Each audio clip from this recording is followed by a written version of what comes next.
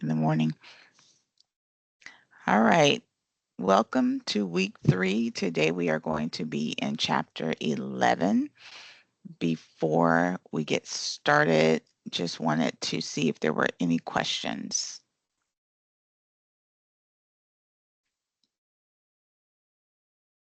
Nope. All right. Quick recap. As I explained on Friday, today marks your midpoint. Some people call it I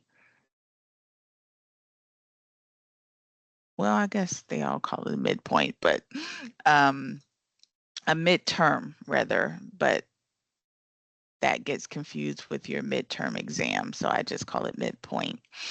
Um, all your grades up until last Thursday will be in by today. I saw some people posted, so I'm just wrapping up the final grades. Um, if you turned in your midterm Sunday night, you'll have it back by today. Everybody else should have it. Also, and all your other grades will also be completed by today. Now, again, I know some of you may be at campuses that want to see you with a C or better in order to continue remotely. So you can check your grade by tonight to see where you are. Sorry, just letting people in and it's moving slow. All right. So in chapter 11, we won't spend a ton of time this week in class. I know that's a bummer for you guys because this is interview week, and I want to be respectful of people who carve out time in the morning for this class. And I know some of you have mock interviews with your campuses. So I'm going to try to get you in and get you out and just let you know exactly what you need. So you'll have that time to get to the campus if you need to and do your mock interviews. This week we'll focus a lot on interviewing. Today we're going to focus on something called first impression. Again, this may be something you've heard about but didn't really consider. Um, and hopefully, again, hold on, sorry, just letting people in. You'll learn something from this. So we all have heard of first impressions, right? Obviously, when a person first meet you, they're going to form an impression about you, right? So when people first meet, there's going to be a lot of things happening both verbally and non-verbally. What I want to talk about is some of those nonverbal cues that we put off, both on the interviewer side and the person being interviewed. We call those subjective elements, and they are factors that do contain sometimes a bias, right? And it is more emotional than logical. And I'll explain what that means. Um, a lot of times, a person's first impression, it is going to come from what people see. Like that's just obvious, right? Um, if you think about it, what all your senses dictate how you take in information, right? That's, if you want to get scientific about it, your frontal lobe is where your eyesight is, and it's where you take in your first, impression of the world is through your eyes, and then you smell and touch and all of that. So obviously nobody's going to touch you during the interview. So what are they going to be picking up on? They're going to be picking up on what they see. And believe it or not, I hate to say it, what they smell. And I don't mean to say that in an obscene kind of way. But imagine this. If I have an allergy and I'm the interviewer and you have really strong cologne or really strong perfume, or maybe you're really into an essential oil or whatever it is that you put on, how would that be received? What if what you're, wearing and I'm like sneezing all over the place? What do you think my impression of you is going to be? In the chapter 11, it talks about not wearing strong scents because it could affect how what impression someone has. Conversely, think about, or in addition, rather, think about what you're wearing. How can what you're wearing affect how a person views you, right? Not in a, oh, I'm going to judge you kind of way, but more so in a, am I being distracting kind of way. So let's say, for example, if I had a ring on every finger, a lot of bangles on my arm that makes a lot of noise, would that not be distracting to an interviewer? Like if I'm talking with my hands and every time I speak with my hands, it go clank, clank, clank, clank, clank. Or if I have a ring on my finger and every time I hit the desk, it makes a loud thud. Or let's say I have a lot of tattoos, and I know some people have feelings about tattoos, which we'll talk about. And maybe my tattoos are really extravagant and I have short sleeves on. Would that not be distracting? I don't know. So you have to think about these things, even though you may think, oh, okay, well, I'm just expressing myself. The issue is when you are at an interview, what do you want the person focused on the most? You want them focused on your face and the words coming out of your mouth. You don't want them to be distracted by anything else, right? Does that make sense? It's one of the reasons why chapter 11 will even discuss the colors that you wear. You know, a lot of people say, oh, they want us to wear black and browns and blues because they want me to look like some banker. No, that's not the reason, really. It's because they just don't want you to be distracting. You don't want the person, like maybe you do have on a really cool outfit and funky colors are your thing. Probably not the best place to wear it in an interview. Like you don't want to be remembered for the person that wore the funky colors, right? You want to be remembered for the words that are coming out of your mouth. Does that make sense? Right? So it's not about people judging you because of your fashion sense. It's more so about, I don't want them to even remember my fashion sense. I want them to remember the words that are coming out of my mouth. I want them to remember the answers that I gave to the questions that they asked. Is that fair? Right? Like you don't want them to go, oh yeah, you know what, the one with the loud smelling cologne. Yeah, I don't know what he was trying to do. Had me sneezing all over the place. Like you don't want that drama, right? So in addition to that, what did we talk about last week? We talked about when you first drive into your interview, you're at the interview. You're at the interview. Let me tell you, you don't know, and I'm gonna tell you the truth because I was one of them. Well, I wasn't one of them, but I've had colleagues that have been like, "Oh, look, there's our person that we're interviewing, looking out the window and all kinds of stuff like that," right? So yeah, I guess I was part of the crew. People, you don't know who's watching you. So from the moment you pull up to that interview, you're on the interview, whether you at the reception desk, sitting in the lobby, every time, anytime is a best time to make an impression. You don't even know if you're walking in the building with the person that's going to interview you. Can you imagine? Has that happened before? Yes, it's happened before. That's why I'm talking about it. So just know from the moment you get out of your car to the moment you get in your car and pull off, you're at the interview. So just make sure that you are on at all times, right? Really quickly, the book does talk about the virtual interviews. Even with the virtual interview, should you be dressed a certain way? Should you look a certain way? Absolutely. Again, the same rules apply. You know, you don't want to look like you just rolled out of bed. You want to look like you did your hair, that you care about what's happening, but you don't have to do or anything distracting. Please don't have any backgrounds that are distracting. You know, because that's just not what you want the people to remember you by. Does that make sense, guys? In chapter 11, it also talks about the second interview.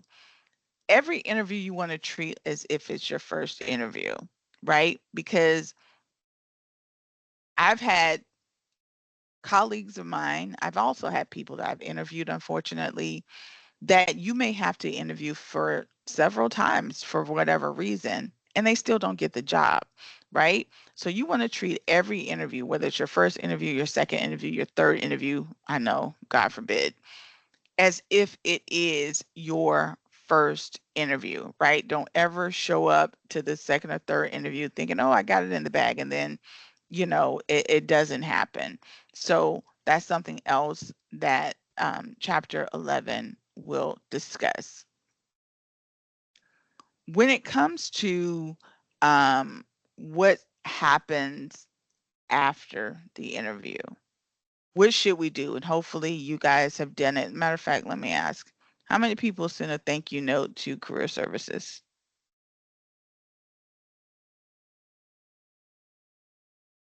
Oh, or you haven't had your interview yet, right? I'm sorry. I'm sorry. I'm sorry.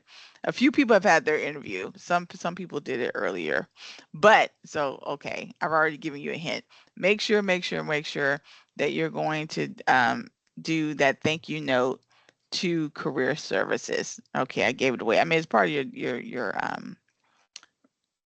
one of your assignments anyway, but I was hoping somebody would do it anyway. All right. Now, let me ask you, what do you do after your interview? Hmm? It's in purple. You're going to continue looking for the next job, right? That's what we're going to do. We're going to continue looking for our next job no matter what. Yes, we are going to obviously send our thank you note. I don't care if you had 12 interviews. If you don't have a job offer, you don't have a job. And you're going to continue the search. So many of us, it's like trying to buy a house or trying to buy a new car. Like we fixate on what we want and then we stop looking. And I've also been guilty of that. Don't stop looking. Continue to look for a job. Treat, every opportunity as if, every opportunity that you applied for as if it's a job that you potentially want. Don't get fixated on a job until you get it, because I promise you guys, and it's unfortunate, you may have more than one interview and not get the job. Has that ever happened to someone before? Anybody ever had to do 2 interviews and didn't get a job? None of you have been crushed like that yet? Okay, very good. I'm glad. I'm glad all of our emotions are still intact. Unfortunately, it has happened to me, but that tends to happen more so when we get up there in different types of jobs where it requires you to meet a lot of different type of people. But okay. All right. Now, chapter 11 will also discuss what's called the employment process. And this is where I talked a lot about negotiating your compensation. Last week, we learned about the interview process itself and what happens during the interview. Of course, we know after the interview, we're going to send our thank you note. We're going to continue to look. But let's say we get a job offer, then what happens? Well, and again, I'm going to preference this with, if career services is supporting you with a job offer, please work with them.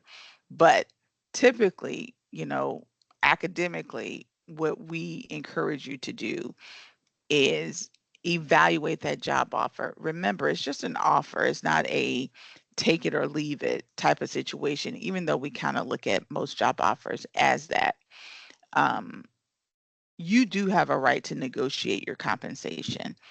If the job, especially if the job says, okay, we have a range between 20 and 30, and after meeting with you, after interviewing with you, they're going to assume, or based on, what the interviewer's feedback is, say, that this person is worth 24 bucks an hour. Maybe you think you're worth $27 an hour. This is your opportunity to negotiate. Most times you will be negotiating with human resources and they'll do it on behalf of the company. They'll still have to go back to the hiring manager and say, okay, this person is asking for 27 because A, B, C, and D. What tends to happen is, and this is where a little internal discrepancy happens. At the end of the day, the person that you work for manages his departmental budget. So let's say it's Sarah, and Sarah has a budget of she can hire 5 people between 20 and 30. Now, of course, Sarah wants to stay within her budget. And I'm going to tell you right now, a little insider secret. Sometimes Sarah, as the manager, gets a bonus if she stays within budget. So Sarah, unfortunately, has an incentive to not go over her budget. Depending upon however many other people Sarah has that does with you what you're doing, she may try to, I'm not going to say lowball, but offer you something less because she's trying to stay within budget, which is really sucky because, you know, you shouldn't have to play those types of politics in business, but that's what it is. So Sarah has a budget. She may have a budget for 5 between 20 and 30. Obviously, she's going to try to stay at the lower end of the spectrum, even when she knows that the work sometimes requires at the higher end of the spectrum. So it is unfortunate, but I'm just going to put it out there because I was a Sarah, so I'm just telling you the truth. So, not to say that all jobs will lowball, but if you know what Sarah has told you about the job and you feel that you're worth the 27, I would say ask for it. Now, maybe you don't feel comfortable doing that in your very first job, right? Maybe once you become seasoned in your year 3, year 4, or whatever, and you're going for your next job or you're up for a promotion, right? All of this still applies because no matter where you're going, whether you're a senior or a junior, this is how it works, right? The manager manages a budget and they have an incentive to stay within budget or under budget. Just how it works. So you can negotiate your compensation. Now, I would not say go in there and negotiate blindly. Every region has a standard dollar amount. So you can just go to indeed.com and you can say, okay, HVAC technician, how much does it pay in Central Florida? How much does it pay in South Florida? You can just go on to indeed.com and see what they're paying, right? And because they do pay regionally, we know that, you know, what an HVAC person makes in California is going to be very different from what they make in Florida. So do your research on what an entry level HVAC, an entry level electrician, an entry level, you know, a VA person, welder makes wherever you're at. Because even you guys are all over. Some of you guys are in Tampa, some of you are in Florida, I'm in Orlando, some of you may be down in Miami, wherever you're at. So, and even that is a pay discrepancy. So know what your position pays so you'll know how to negotiate. Does that make sense? So it's not just about what you consider that you're worth. It is also about what the region demands, and then compare that to what Sarah has told you you have to do, because Sarah could have been down 2 men for 6 months and now she wants you to pick up the slack, right? So Sarah may want you to do a senior level job even though the position says it's junior. So that's another reason why you have to listen to what's happening at the interview, because if Sarah is asking you to do extra, then Sarah needs to pay you extra.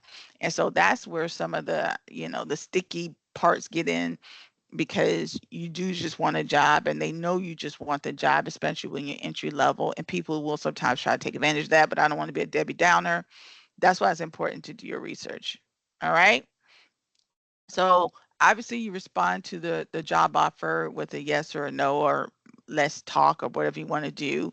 And then, you'll sign off on the job application. Everybody understands that process. All right. Any questions on that?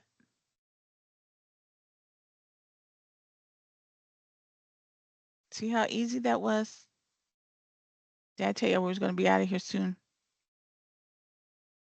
Now, here's something else that I need you to do. I know we had you do a quick video clip, and I appreciate a lot of those video clips that you guys did. I do want to say a couple things. Most of you guys did a great job on your video clips. However, make sure that you put an ask on the end, because practice that as well. Some of us went right into our what we bring to the table. We didn't introduce ourselves. Some of us didn't make the ask. Some of you did very, very good. Sometimes the shorter the better. Hi, my name is. Here's what I want. Here's what I do. Here's what I want. And that's great. And make sure you practice it that way, because if you forget to put the ask on the end when you have to do it in real life, then you may mess that up. So I just wanted to point out that one thing that I did notice. All right. All right. Well, that's all we have for today, guys. Here is our participation question. Still stick around, because I want to talk to you. I want to talk to you about your assignments. I see people jumping off. Hold on. Here is your participation question. I do want to talk to you about your other assignment in a minute. I want you to show me or describe what you would personally wear to an interview. Now, what some people have done, they've actually just taken a picture of an outfit, you know, throw one over the bed, take a picture of it, submit it. Some people have actually put on it and they took a picture and they did a video and they showed it. Um, some people wrote it out, however you want to do it. I don't really care. Now, remember, obviously, depending on what program you're in, what you would wear would be different. So, hint, hint, that is not going to be the same for everybody. All right. Do we have any questions on that?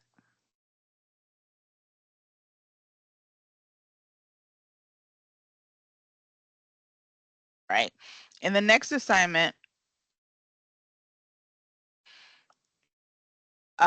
this is your second part of your informational interviews. I wanted to say something about this because people get this confused.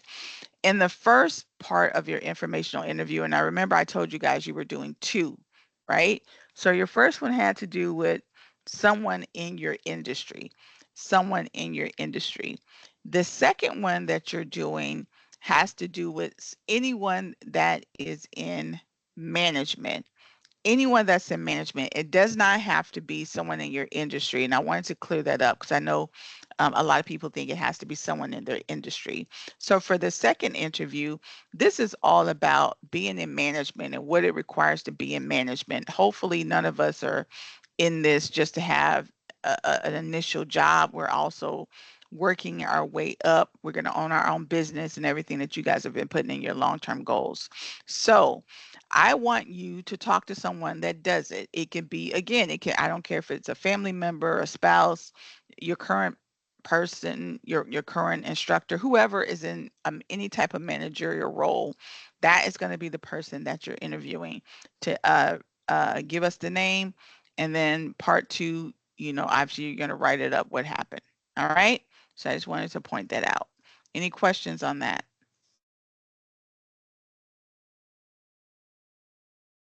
All right. So, like I said, I know some people have booked their appointments, their interview during this time. So, I want to be respectful for those that need to go.